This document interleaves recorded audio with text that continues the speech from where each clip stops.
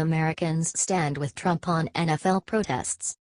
A new poll conducted by the Remington Research Group shows the vast majority of Americans strongly agree with President Trump's tough stance against professional athletes who protest the national anthem, signaling even more trouble for the National Football League after a weekend of demonstrations.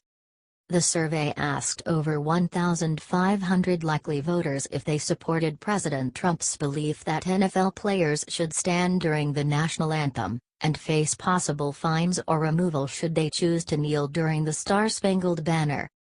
64% of Americans sided with Trump, saying the pro athletes should stand and be respectful during the national anthem. Just 25% disagreed with the president, with 11% remaining undecided. Even more problematic for the NFL, participants were also asked if the protests would make them more or less likely to watch their favorite team's games in the future. A whopping 50% said they would likely tune out if players continue the demonstrations, with 20% saying it made no difference.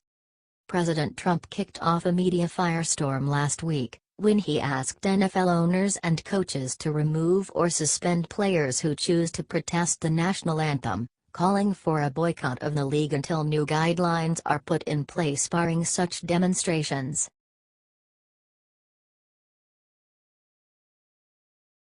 Bill O'Reilly makes a short-term Fox News comeback and America is ecstatic. Former Fox News host, Bill O'Reilly, is making a rare appearance Tuesday with Sean Hannity on his show. After being fired from the network, Bill is making a comeback to the small screens and is expected to discuss many topics, including his sexual harassment charges and his future and inappropriate behavior. For Hannity, this is a good score, as he was looking forward to sharing Bill's story for quite some time now. Many speculations arose, pointing out Bill O'Reilly may be making a comeback to the network or take another direction as well. Hannity has a busy schedule for his show ahead, as House Speaker Paul Ryan is expected to be a guest on Wednesday, while radio host Rush Limbaugh is turning up Thursday. On Monday, we already saw ex-White House chief strategist Steve Bannon.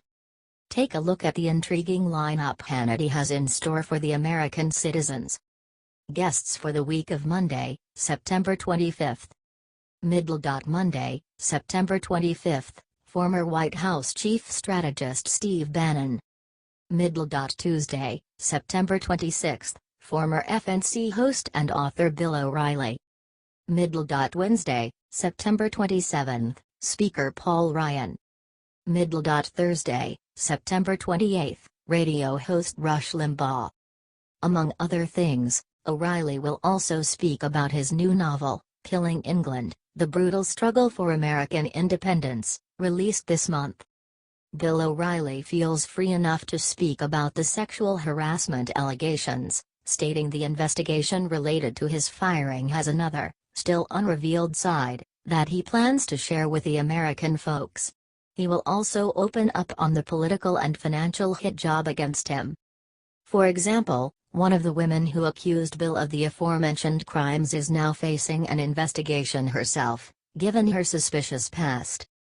Bill O'Reilly's appearance certainly made Americans jump for joy. Take a look at the best reactions on social media. Sign the petition below.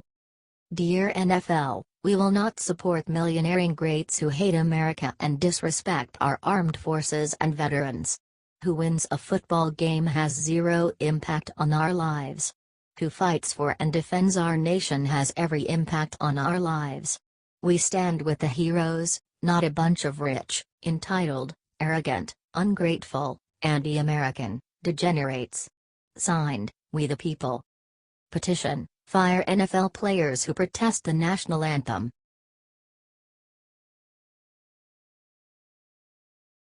Watch Bill O'Reilly blasts NFL Commissioner Roger Goodell, "You're a coward." On Monday, Bill O'Reilly unloaded on NFL Commissioner Roger Goodell after a weekend of massive disrespect for our country. While being interviewed on SiriusXM's The Wilkel Majority, O'Reilly claimed that Goodell and the NFL league office refused to let the New York Giants wear a patch commemorating 9/11 on their sleeves. To be fair, O'Reilly seems to be mistaken.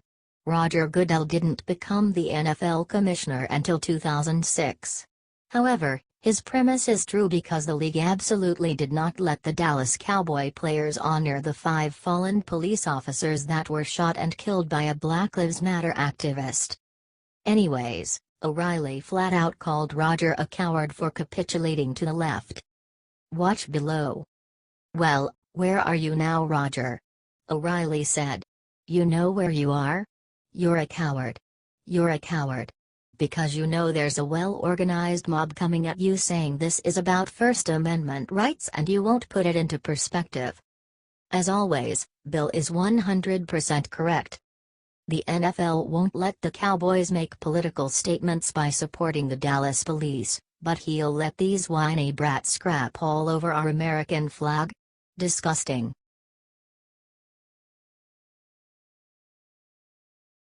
The NFL won't like how these VFW posts are pushing back against player protests. "It's over for us." A pair of veterans of foreign wars posts in Ohio are pushing back against NFL players who don't stand for the national anthem, and the league likely won't be happy about it. The sign in front of the Strongsville Post says it all. VFW Post 3345, home of the NFL No Zone. Tim Zvonchek, the Post's commander, told WJW-TV that the sign was put together Monday morning. "After what happened with the NFL players Sunday, we decided to cancel our NFL Red Zone, and we will not be showing the games at our post," he told the station. "It's over for us." Post 3345 had previously boycotted viewing its own Cleveland Browns after a group of players took a knee during the national anthem last month. Not to be outdone, VFW Post 2743 in Norwalk won't televise NFL games anymore, either. This decision may be revisited if the current anti-American displays by the players are stopped, the group wrote in a Facebook post.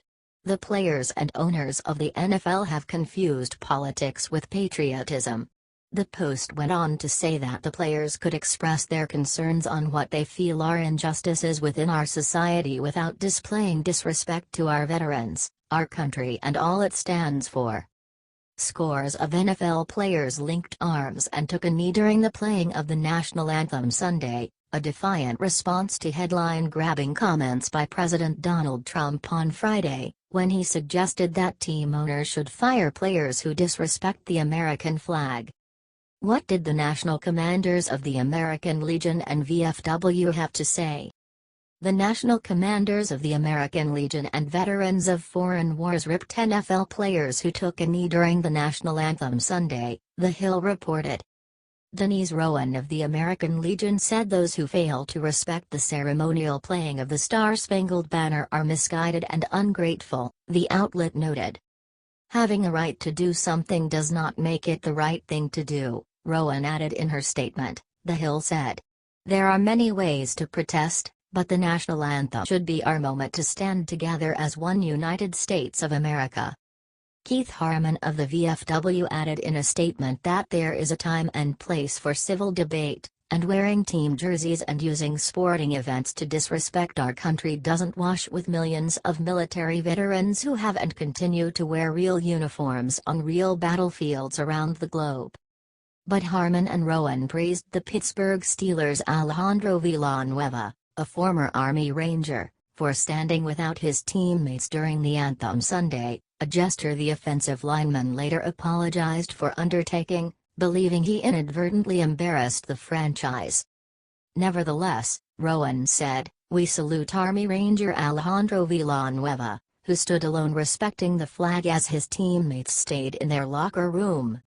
Harmon went further, saying Villanueva showed the rest of his team and the league what true metal is. "I stand for our flag and anthem, and I kneel for our fallen," Harmon added, according to The Hill. "That's what patriots do. We rally around the flag of our country, not use it and our Constitution as both shield and sword."